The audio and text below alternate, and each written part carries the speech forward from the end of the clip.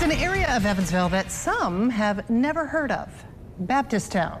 But new and important recognition is coming to the area on the Near East Side. And today, the city got word that Baptisttown is being designated a historic district in the National Register of Historic Places. Joining us now to talk about that is the Executive Director of the Department of Metropolitan Development, Kelley Coures. Kelley, thank you so much for being here. Thank you for having me. Congratulations. That's quite an accomplishment to have this in Evansville. And I know you spearheaded it. Thank you for your efforts there. Very exciting. You know, as I just said in the introduction, a lot of people I don't think realize what Baptisttown is. Explain what it is and where it is in the city.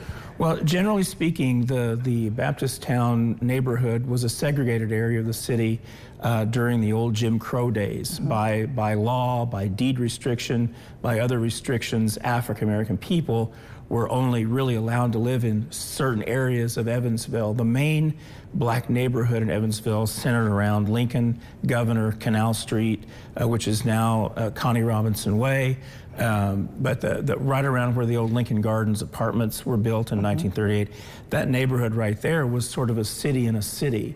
African Americans were forced to live there by law, by the white power structure that was in charge of the city. So you had barbershops, dentist's office, you had stores, markets, clothing stores, a canal, you had a department store, you had all these things, a city within a city. During the 1960s, when demolition was the rule of the day, urban renewal, those two dirty words, a lot of downtown was demolished, a lot of things in the city were demolished, but there was a conscious decision. We're very lucky that this neighborhood didn't fall under the wrecking ball like many other black neighborhoods in America, where the white power elite would come through and tear down an entire black neighborhood and build a highway. But the power elite decided that the best thing to do to keep black people from living in your neighborhood was to keep them in their neighborhood. So that's why it didn't fall under the wrecking ball. And we were very lucky because we were able to identify 76 historic resources in a rather small geographic area. And when you say historic resources, explain what you're talking about. Buildings that predate the modern era. Buildings, architecture. Homes, churches, the last remaining building of the Lincoln Gardens apartment complex, which was built in the 30s as an African-American apartment public housing. We were able to identify 76 historic resources, which is rare for an African-American historic place. That is remarkable. And I know in your application you talked about architecture, you talked about religion, and you talked about education as being all part of what makes this historic in this area. Explain some of those. Walk us through. I know there was a reference to Teachers Row there that I found interesting. Across from Lincoln School, most people don't know that Evansville had two separate school systems. There was a black school system and there was a white school system. Lincoln School was built in 1928 as the black high school. The other side, the one side was the high school, one side was an elementary school. It replaced the Governor Street School, which is where the Art Crisis Nursery is now. So the black schools, there were 4 elementary, 1 black high school.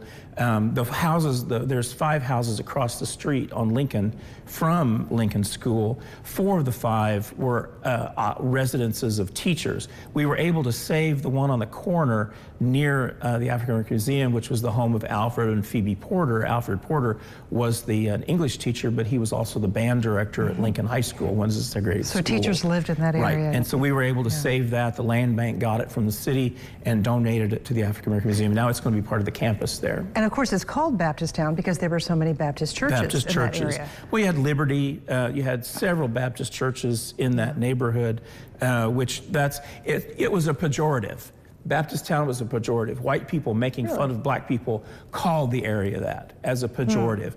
But over the years, it's been reclaimed by people in the neighborhood, and that was and the it is national. celebrated now. It is celebrated. It is something of distinction in that area. What does it mean for this area to be deemed a historic place on the register? Well, you know, the nice thing about it is the federal government, which means the United States of America, now recognizes the historic significance of this neighborhood and its importance in the evolution of Evansville, Indiana. The other thing that you want to remember is that there are people in Europe, people around the country who, on their vacations, go to pick out sites of Black history.